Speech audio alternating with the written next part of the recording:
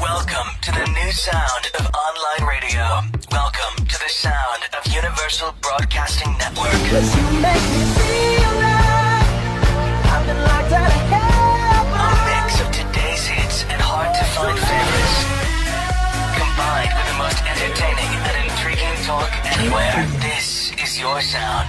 This is the sound of Universal Broadcasting Network at UBNradio.com. I found my way home across the Grand Mirage. Ever since departure. Thank you.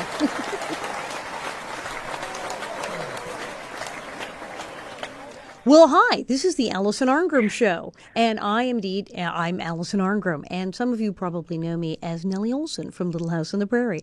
But here on the Alison Arngrim Show, I get to interview the most wonderful people, and we talk about the things that make you feel good, the TV shows that made you feel good, the movies that made you feel good, people who are doing fantastic, amazing things to make the world a better place.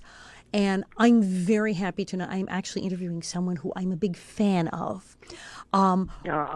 Indeed, I am. Yes, you knew her for many, many years on MASH as Major Margaret Hot Lips Houlihan.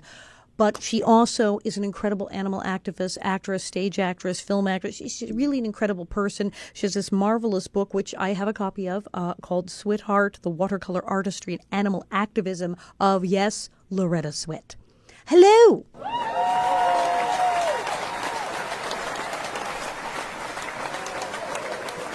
Hello? Did you like that? That's our pretend studio audience. They love you. There you are. There you are. It sounds sometimes like you go away. So I just sort of check in. Hello? We had a little sound effects and crazy things there. Well, welcome to the show. It's so good to have you. Thank you. So nice that you wanted to talk to me. It's always fun. I do. It's incredible. People know that, yes, of course, you're an Emmy award-winning actress, but also, just the number of honors you've gotten for your work with animals. I'm just reading the Global Wildlife Conservation Champion Award by GES Africa Conservation Fund. It would take all night just to put that on the award. But it's just marvelous, the wonderful, wonderful things that you've done. And I admit, it's true. I was just talking to Judy Norton from the Waltons the other night, and we're talking about being on iconic shows. And it's like, well, okay, yeah, we were in Little House of the Waltons, but I was watching MASH. That's what I was watching. Gotcha, yes. It had a wonderful appeal. We were such a family that families adopted us, so to speak. We're a family show with families. So families now for generations have passed us on and on.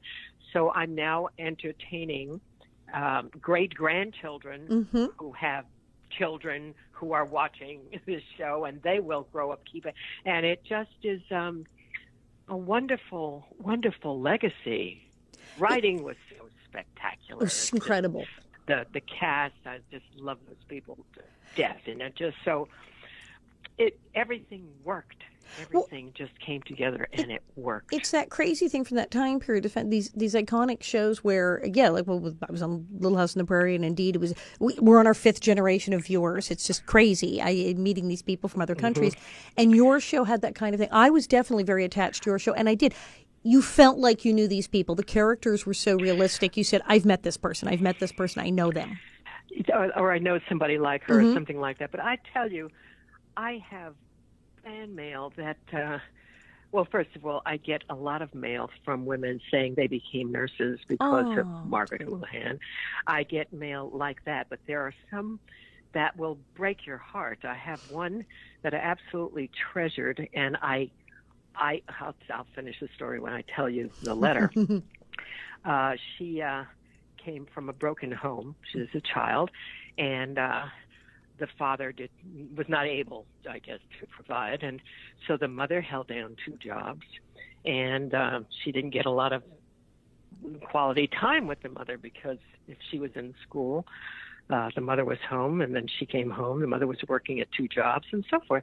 And she writes in this lovely letter, "You became my big sister.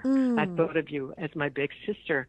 and you saved my life. You know, I would look forward to being with you, and what, you know, and it just was the most beautiful sentiments. And so I looked her up. I had a return address, and she was listed. Oh, and wow. I called her, and it was a remarkable experience. Here, you know, she recognized my voice immediately. Of course. Can you imagine? But and we had a lovely chat. She became a nurse as well, by the way. And it just is remarkable when it's something so positive. It has such outreach. Television has that power, you know, it just reaches out to millions and millions of people, so that if you have this positive effect, well, you know, it makes you feel really good, you know, that you're doing something worthwhile, as well as being entertaining, which in and of itself is fine. It's great, you know, you make people laugh, make people feel. But you do something with it. You really embraced it. I mean, people realize, yes, with TV, yeah, we're in their living rooms, and people feel they know us. But you really went with it. I mean, how many people, even if they got a great letter they were moved by, would take the trouble to track the person down and call them? Well, I don't know. I can only speak for me, but it was just a remarkable letter, and I just couldn't resist doing that. I just wanted. I was important for me to tell her what her letter meant to me. You know, there she was writing that, but she needs to know how powerful and how moved I was by our connection. I think that's important. Connection is everything. And I think that's what we try to do with these kind of shows as actors is to connect. And MASH, you guys really did. I mean, it was the thing about MASH, and I remember, you know, watching when I was younger, is realizing that I think that there are many people, they almost lost track. It's like, it was actually about the Korean War. No, it wasn't really about the Vietnam War. But because it started in 72, that's what people tapped into that.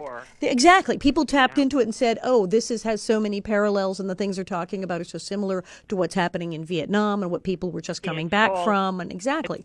Yeah, it's all hateful and terrible, and we should put our energy into ending all of it. That's you know, that was really the overpowering message. Let's not stop doing this. Stop hurting us. Stop hurting each other. Stop, you know, having young men and women go and sew bodies back together that hardly old enough to shave. The whole message was very anti-war, and it could be any war. It didn't matter. And I think that's why I like it. It showed what people went through. It showed the suffering of the poor people who were, you know, doctors at the front trying to save people, and how painful that experience would be. I think I took it a step further with, for example, the way they treated the death of McLean Stevenson's character. It's important for people to realize that a lot of those wonderful people that you fell in love with, you know, that was a character, but you fell in love with McLean as well, and you related to the fact that everybody doesn't come home. Right. It's not all, you know, it's not a John Wayne movie where most of them take the hill and, you know, and they go home and they're heroes and so forth. Some did, but, you know, some didn't, and that was not really portrayed the way I think we did. We did it. No, you did a thing. I remember that was the thing about MASH. Things weren't always okay. It wasn't like you got to the end of the episode, everything was fine. It was not fine. That's right. That's right. There was in the beginning, a wonderful episode for Alan where his old school chum came. He was a writer, I think. He's a correspondent. And he gets wounded badly, and McLean has to take Alan away from the operating table because he's too close. He just grabs him, pulls him away, and he loses his friend, and he's sobbing. And we didn't always get a chance. The audience didn't always get a chance be something like that in a quote sitcom, which I don't think we ever were. Yeah, I know they always called it a sitcom, and I was like, I don't think that's a sitcom. No. Well, because we tend to want to label things. We have to name them and put them in a category, and that's the category we sort of fell into. But if anything, we're a dramedy. Yeah, now they call these things dramedies. Sort of like exactly. life. Right. Nowadays it would be a dramedy. Yeah. Yes. But it was just. But I think it was MASH. MASH was like its own category, so to speak. Right. I think it's influenced a lot of TV. I think a lot of the things that are on now, and that are things that are on Netflix and Amazon and the new stuff, owes a lot to like the kind of things they did on MASH, where they say, well, we're not fitting in a category. We're going to have things that are funny, but the premise isn't really funny, but we're going to make a show about this. That's a kind of thing that they would not have been able to do had those people not grown up watching MASH. Well, this is probably a little different for you, but I'd like to talk about something that blew me out of my chair, and it's on Netflix now, and I want to give her. She doesn't need me for a boost. I mean, she is incredible. Her name is Hannah Gadsby. I've been hearing about this. I've been hearing about her. Yes, yes. I cannot urge you. Hang up the phone and watch the TV. Put on Netflix. I'm serious. She will blow you out of your chair.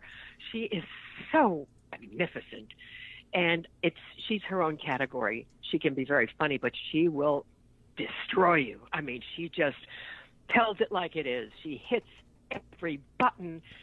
She's so precise. She's so amazing.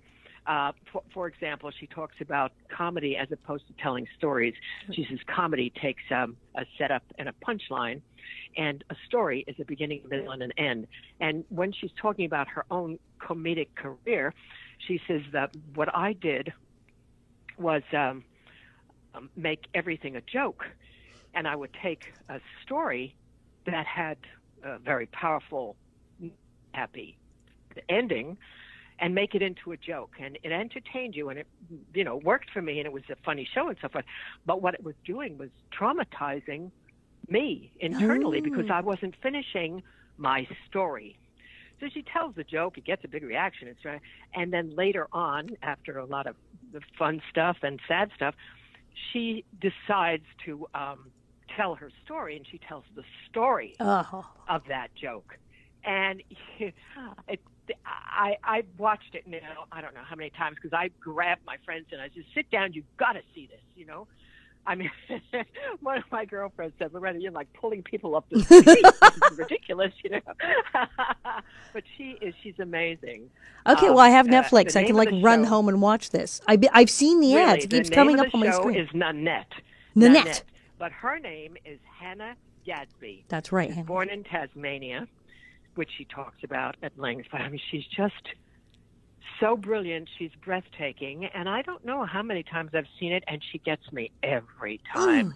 She's so she's unstudied. She's not, every move is so sincere. Every moment is so filled with her heart and soul.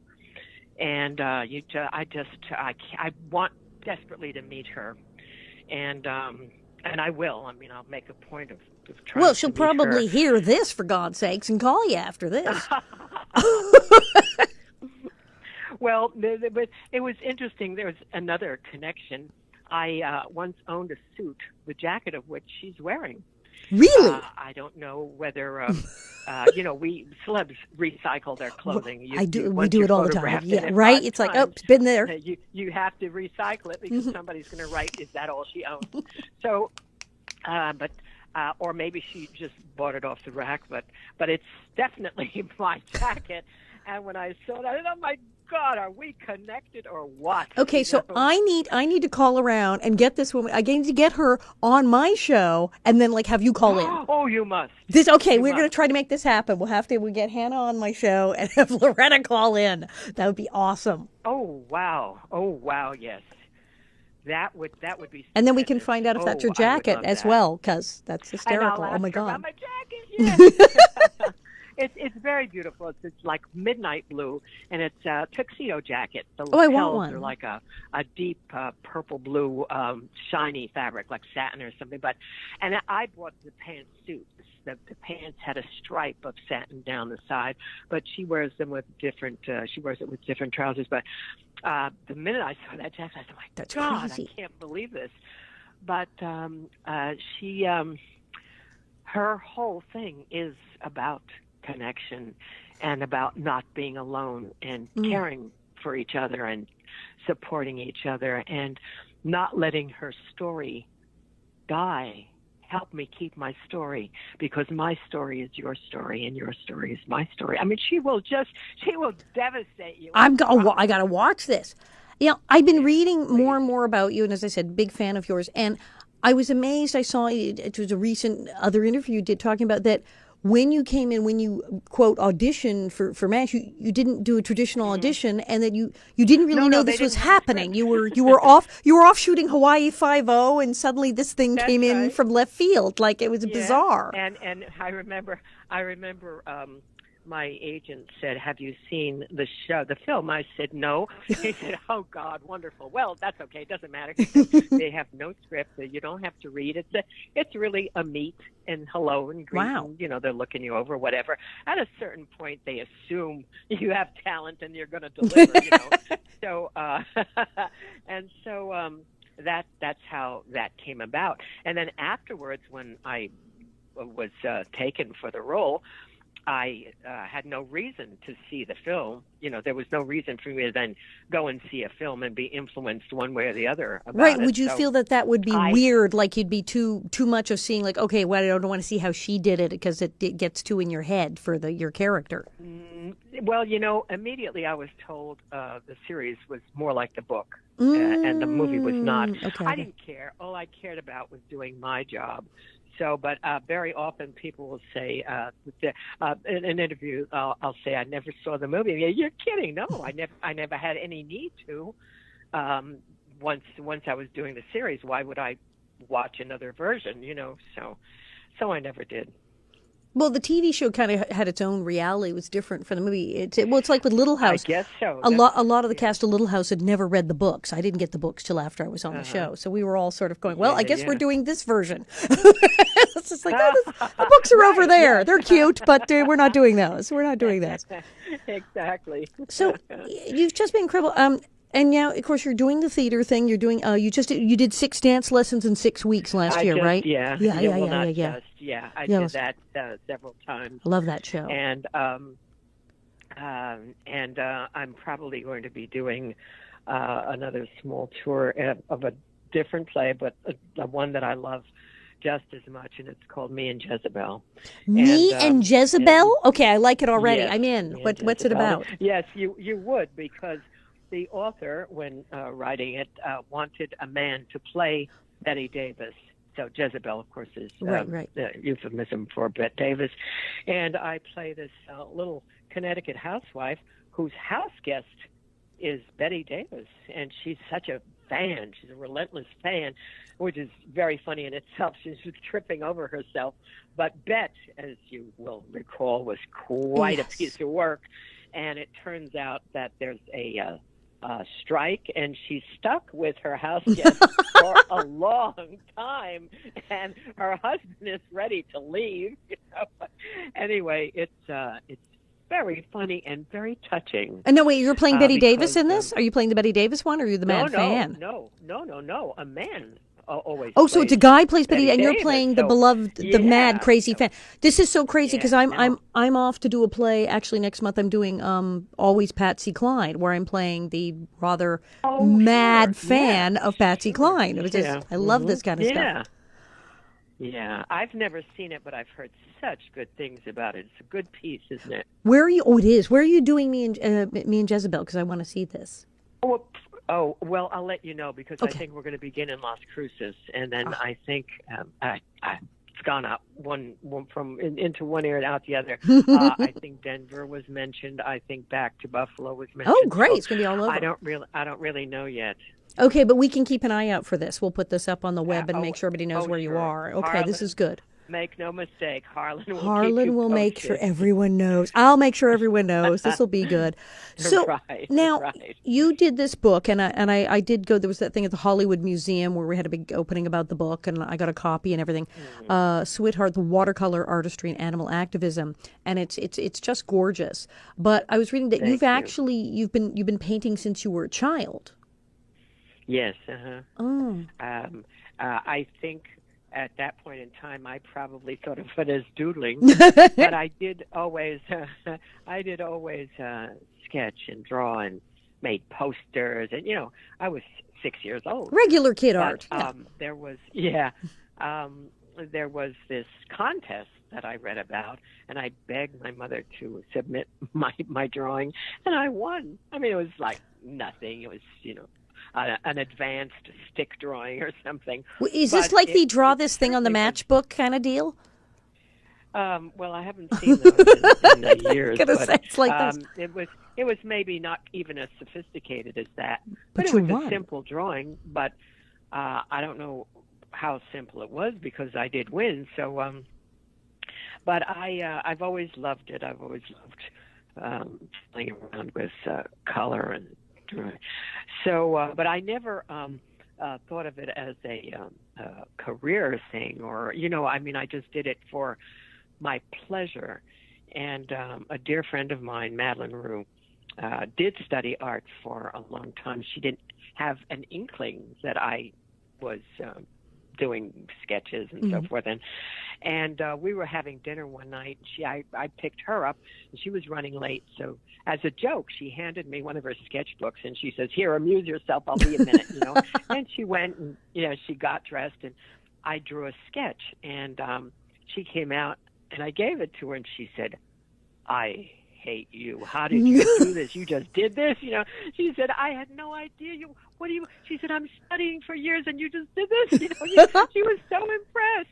And so it was through her that I got impressed. It was like, I thought everybody could do that. To me, it was just like, that's what I did. You had no idea. You had no idea how good I you had were. no idea it was special. I had no idea that everybody didn't just did it. I can't explain it. You only know what you know. There's that old joke of this man going into the doctor's for a checkup, and the doctor said, "Well, what happens? What's bothering you?" He said, "Nothing." He said, "I just feel maybe I could feel a little better. I don't know." He said, "Well, fine, we'll check you out.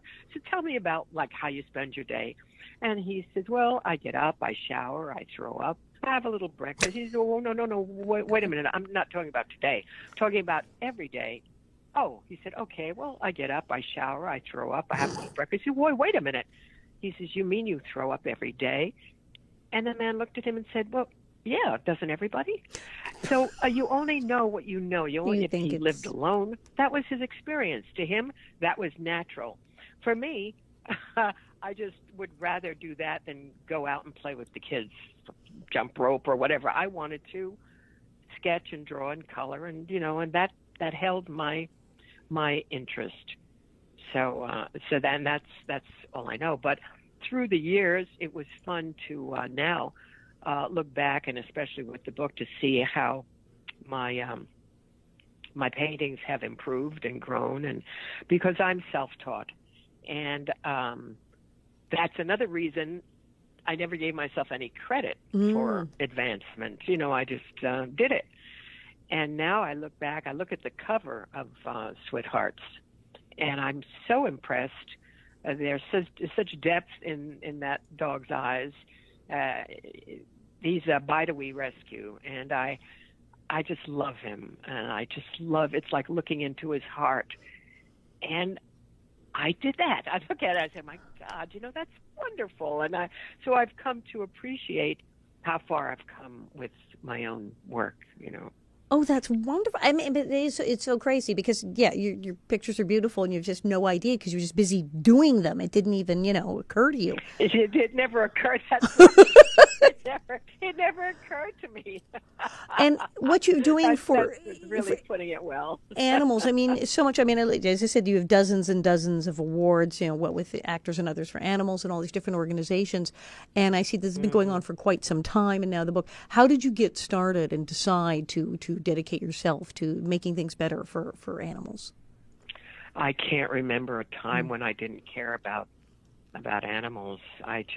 When I was like a tot in my little carriage, I'd see a dog and I'd blow like a little balloon. Doggy, doggy, doggy, doggy, doggy, doggy, doggy, doggy, doggy. My parents were like afraid I was going to like burst or something. But I have always loved animals and had a feeling about how somebody should take care of them, and if nobody else was doing it, I was going to do it. And if I could do it, I was going to get everybody else to do it. I don't know. I just, I'm looking right now at my little Yorkie who's snoozing on a chair here. And she's so precious and so dear. And we give each other unconditional love. And then there's this little, I call it her pink palace. My Siamese is all snuggled into this. It's a cushion, but it's covered, and it's bright pink. It's so her. She's such a diva. It's so her, and she's snuggled inside this little pink igloo, sort of. And their presence fills me with such pleasure and such love. Were they rescues? And oh yeah, that's a breed as far as I'm concerned. Right. That's the only breed that I rescue. Yeah, our little black cat. Well, she's not that little anymore. Morticia was like having a panther in the house. She's just she's one of those black Bombay cats with the gold eyes and the black. And when we got her, her fur stuck out in different directions. We weren't sure if she was going to be pure black or gray because she was a rescue and she's like a little malnourished. She'd been abandoned and they'd taken her in and fixed her up. Yeah. And then she turned into this huge, gigantic, shiny black cat. So so she's spoiled and rotten, gorgeous. Yeah, spoiled rotten. Just and you find yourself spoiling them. Morticia, I love it. Yeah, we should see her. But I think great name. I think that it makes sense at animal rescues. But when my friends who also have rescue pets and everything, there seems to be a bond that animals. I mean, they understand in some sense of course they do. That they were taken in, and you're the person who's helped them. That they were on the street, and so there's definitely a connection there. Especially if all they've known before that is abuse or neglect, or then you have somebody who's showering them with love and kisses, and you bet they know it. I just love them. I do everything I can. Now you work with multiple organizations that are helping animals, though. You have yes, lots there. I'm happy to say I've watched the progress. Over the years, more and more people being aware and caring and forming groups or joining groups, or it's totally wonderful. Yeah, we've come a long way, baby. Well, now the wildlife conservation one. Now that's helping animals in other countries. That's worldwide. That's right. Yeah, but a lot of the organizations here have that kind of outreach. You're going to help. It's global. If you care, it's for everything and everybody. And so, yes, many of the organizations go far afield. I've done a lot of work in Canada. I used to fly out to talk against the seal hunt and blah, blah, blah. Just all animals, not just one, just all animals have a right to a life of dignity on our planet, and we just have to keep fighting to make sure we ensure that. Well, I think they improve our lives, as you've said, that we have a connection with them, and I think that yes, they do. We, understandably, just by being human, we kind of take up a lot of space on the planet, even if we're not trying to, and we're going to take up a lot of room. And I think we have an obligation to sort of make up for that and make room for the animals. Absolutely, of course, we're obliged to do that. Right now, and animals, I I have trouble separating the human animal from animal. I mean, to me, we're all bonded. And right now, our main thrust at Switt is to get involved in bringing back the canine teams from Afghanistan. You know, if the human handler is wounded or killed, worse, the dog is sometimes left behind. Oh no! Oh well, sure. And there's a great expense to bring them in. You're recording this, aren't you? Oh, actually, we are live. Pause? Can we pause live. and hang on and you can just tell them to call? You'll call them back. I will. Sure, go for it. We'll pause for you. We are pausing for a moment while Loretta Swit tells someone, hey, I'm on a phone interview. Because this happens to me all the time. I wind up on a phone interview when somebody calls in, and I go, I'm on the phone. She's back already. Oh, yeah. It was one of my crises today. It was an exciting, interesting day. I had a little friend got lost in the airport. Oh, no. So that was my driver saying, we got her. Okay, so, good. So, So these animals, these military dogs, they don't bring them back? Oh, well, this is what we're working on. Now, let's say that happens. Let's say, in fact, the Marine that I met and his dog, he lost both legs. It was a night action, which the dog was not participating in. So he was sent home, and he was totally committed to Harley. And so he worked on getting his dog back. It took him 7 months, and he said it was the most painful time, you know. And you say, well, losing your legs was pretty painful. And he's still saying the most painful time was waiting to be rejoined with Harley. And I had a friend tell me they saw the reunion, and Harley just jumped into his arms, and the bond is just so thick and precious. So that's a happy story. We want to make all the stories happen like that. So let's say the dog has to finish a tour of duty and he loses his handler. So he's not shipped back, and he's given to another handler, and they bond. And so he stays in Afghanistan. In some cases, it's going to take a while to get another handler, and they don't. So what we'd like to do is match them up with somebody here and bring them back. Or maybe their tour of duty is close to being over, and just get them back, bring them back. Now, there are a lot of levels to this program. Right. It's not just returning them, which is very expensive, you can imagine. But you have to go into quarantine. Then the next level is to treat them for PTSD, because the dog is going to have PTSD. Like yeah, their right. Handlers, absolutely. They've been in war, so they need to. Yes, they need to be re-socialized, and they need to conquer all of these fears and the noise alone. You know, just so. Then the next step is to unite them with a vet, perhaps, who's looking for a military dog, or another handler who just wants to retire with that dog. Or there are so many stories.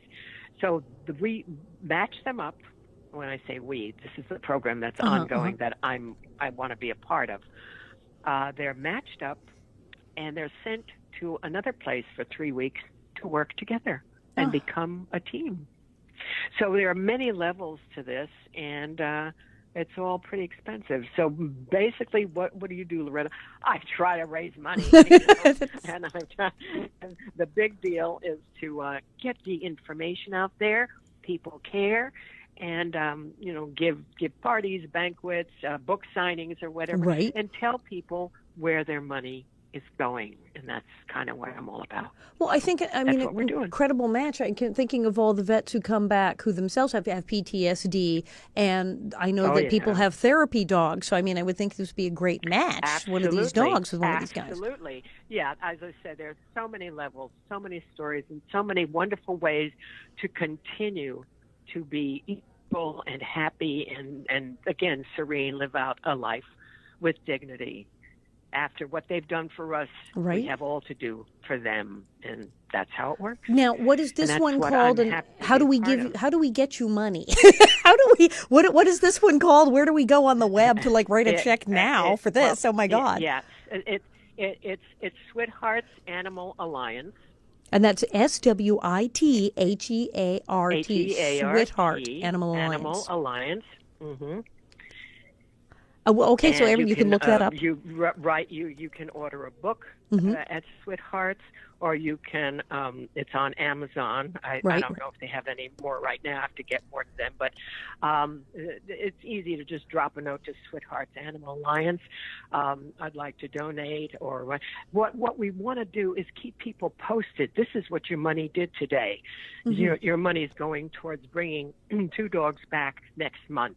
And this is how we're doing it, just so people know their money's not going down some rabbit hole. Right. I mean, there are certain organizations, they're very fine, I'm sure, but all they do is say, they're on the border of extinction, give money and all. Well, that's fine, but I want to know, what have you done to preserve, I don't know, the saber-toothed tiger?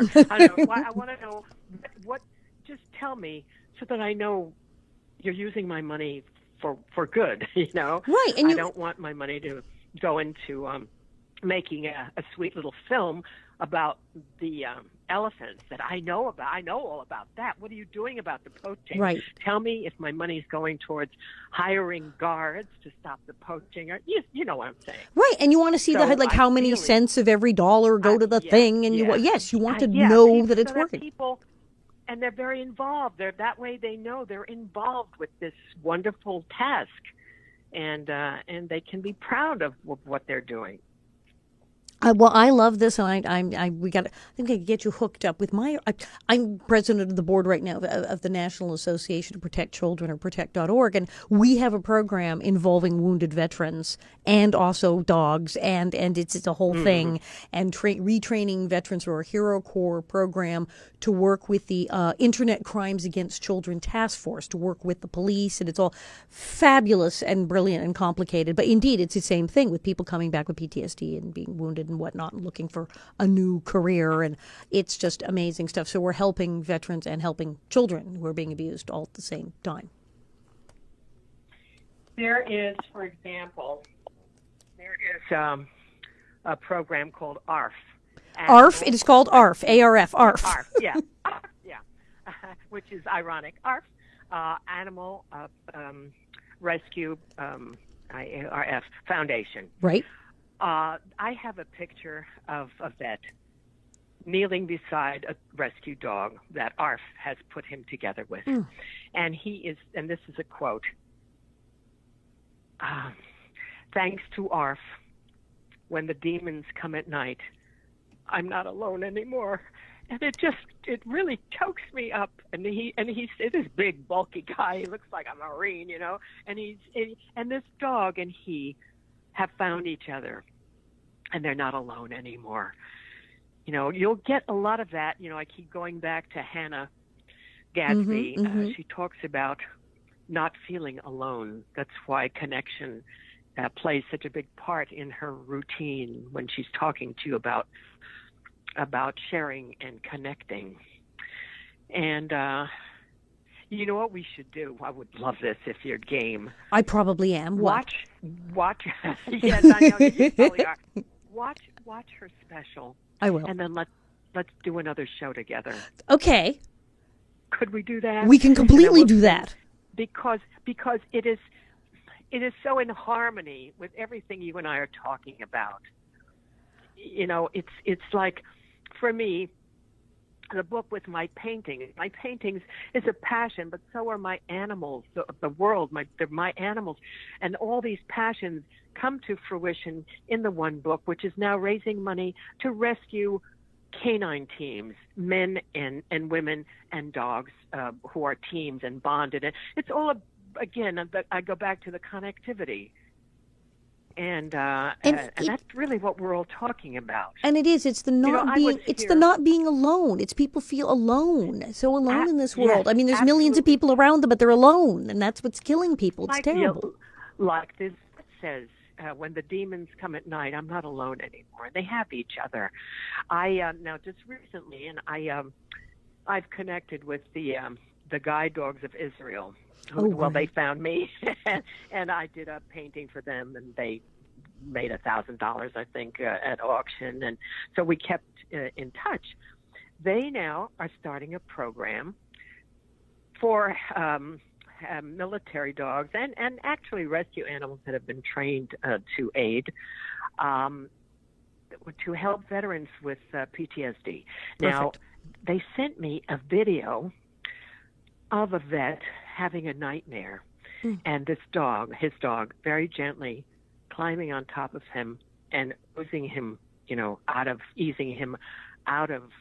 the nightmare. And they're training animals to do that. And I mean, how can you not be moved by this? How can you not care about a program like that? So I'm reconnected with them. And the lady who put them in touch with me to begin with, I'm going to ask her if we can't do some sort of banquet, fundraiser, talk about it, show the video.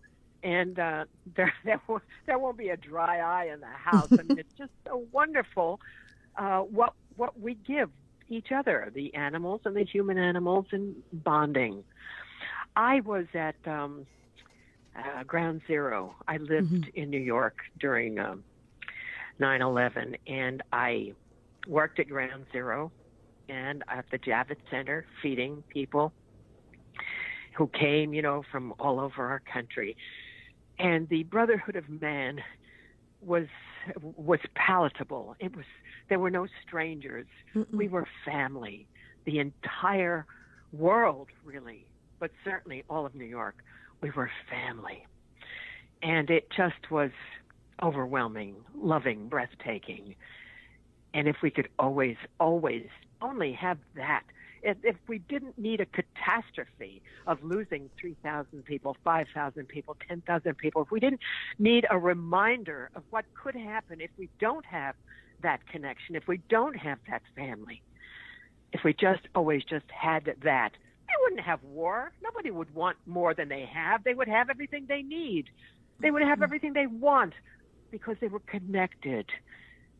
But that's why you really need to see Hannah, and then you will laugh, and when you're watching her, you will hear Loretta. You'll say, "Oh, that's what Loretta was saying. That's what Loretta meant." I will do like a whole hour after that. But see, that's the thing. This is one of the many reasons I like you. This is what you value the relationships and lives of human beings and animals over just things and stuff. Well, yeah. To put it simply. I confess, you got me. You got me red-handed. But it's a blessed way to spend your life,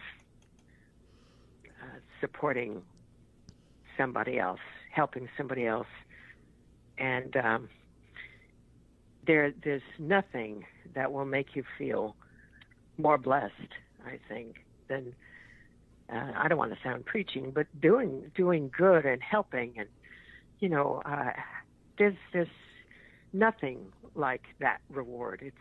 It's a reward in itself, far better than any prize or paycheck, or to feel fulfilled in that way. That that's why I'm here. Well, and I think why I'm here too. When it's animals and children who can't help themselves, who aren't in a position to speak out, it's even more so. Right. That's right. And it's more than an obligation. It's a passion to reach out and help them. Why wouldn't we? Well, of course we should and would and will and do. I think I conjugated the whole. I think you got them all. Now, earlier, it's funny because when I called you and we're setting up the show, you mentioned Susan Hayward. Yes, because you did Maine with her in Las Vegas in like 1960. That's right. Yes. it was 19. Maybe 70. No, wasn't the 70s. It was like 68 or 9 or something crazy. 69, 70, something like that, because it was before MASH. Right, I was way not back. doing MASH, as I recall. And, we fell in love. I adored her, and she was a tiny little thing, and she would look up at me. I'm, 5'6", and she'd call me her little gooch. I played Agnes Gooch. You're doing Agnes Hey, Gooch. little gooch, you want to go out? You want to get a burger or whatever? And she was so special. God, I just loved her. She retired in Florida, very happy marriage, and they had a boat, and she said she would write me notes and sign them Captain Bligh. The idea, Susan Hayward as pirate. Yeah, right, yes, my friend the pirate. But she was really very, very special to me. I really, and tough, so resilient, so tough. She had a brain tumor when she accepted the role. And she accepted the role because she wanted to work and take her mind off her problems, her troubles, and put her energy into extending her life, which she did, by the way, by 2 years. The doctors said, oh, yeah. 2 years later, she was thumbing her nose at everybody because there she was. But she worked hard, and she was really a delicious person. I adored her. All right, now what's the next show you're doing? You're doing the Jezebel one? I think I'm doing Jezebel, but there's also, I'm reading a script right now, and I have a movie coming out. It's called a faith movie. I don't know if you're familiar with the genre. I don't mean schmaltzy. I mean, it's a good script, but interwoven. You have people who feel blessed or believe in a higher power, believe in God, and they're good people, and they get results from their faith. And, nice! Inspiring movies. Yeah. This is what I like. People are doing cool things like this. And what are you reading now? Well, it's right here, and I just started it. It's Home of the Brave, it's called, and it's about it's actually about a whistleblower. Oh, nice. But, and it's what she did to help veterans. So it's, I'm the military keeps circling around. I sense a theme. I will forever be a major, whether I like it or not. So all right, that's okay. I outrank most of them. So you are the major. Okay. I'll settle for major. We can find you online. There's a Loretta Swit website. There probably is. I don't use it, but my Switheart Animal Foundation, or just Switheart, Swithearts.com will get you. Very good. Or Harlan. Ask Harlan. I'll always ask. Harlan can always be found. And, yeah. But if you look up Switheart, you find the website right away. Yeah. With the book, we've come through a few transitions about where we should, how we should address it. And I also am eager to hook up with American Humane, who's been doing such remarkable work about the canine teams. So I may, if I hook up with them, the donations may go straight to them or through me to them or whatever. I don't know. So we're kind of in the process of working that out. I want to hook up with ARF because I think what they're doing with the dogs who are returned, rescue animals that are being trained to help vets, I love their program. That's great. So I'm just sort of working for all of them so that we're doing the same. So we're on the same page. Hardly busy at all. Yeah, no, I know. I'm looking for a hobby. Well, I'm so glad you came on, and we have to have you back. We have to have you back for like another whole hour. But I have to watch the Nanette special. I have to watch Hannah now, so we can talk about this for an hour. Listen, you'll thank me forever. I'm serious. You may just call me back tomorrow and say, "Oh my God, Loretta." I got to get her on the show now too. There's yes, and that's the next step. I have a word for her. She is magnificent. Awesome. She is a Check her out. magnificent human being that needs to be heard. She's so honest and sincere, so touching.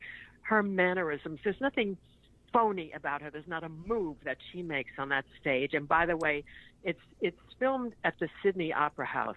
Which Oh, wow, is that's right. Filled. It's filled. And they're like roaring in adoration. You really must get a hold of her because she is an inspiration. I just really would love to meet her and talk to her, but you really would have one hell of an interview. I think Harlan's probably calling her now. As I like, can you come on the show? As we speak. As we speak. Harlan's like going, quick, give me this woman's number. Well, thank you for coming on. We're going to send everybody to the website. Honey, We're going to make sure thank they you so donate and that they much. get into what you're doing because you're so wonderful. You're so wonderful. Fun. It's been fun as usual, and we'll talk soon again. Excellent. I'm having you on again. Thank you so much. Thank you. That's been Loretta Bye Swit. for now. And bye-bye. And this has been the Alison Arngrim Show with Alison Arngrim. I found my way home.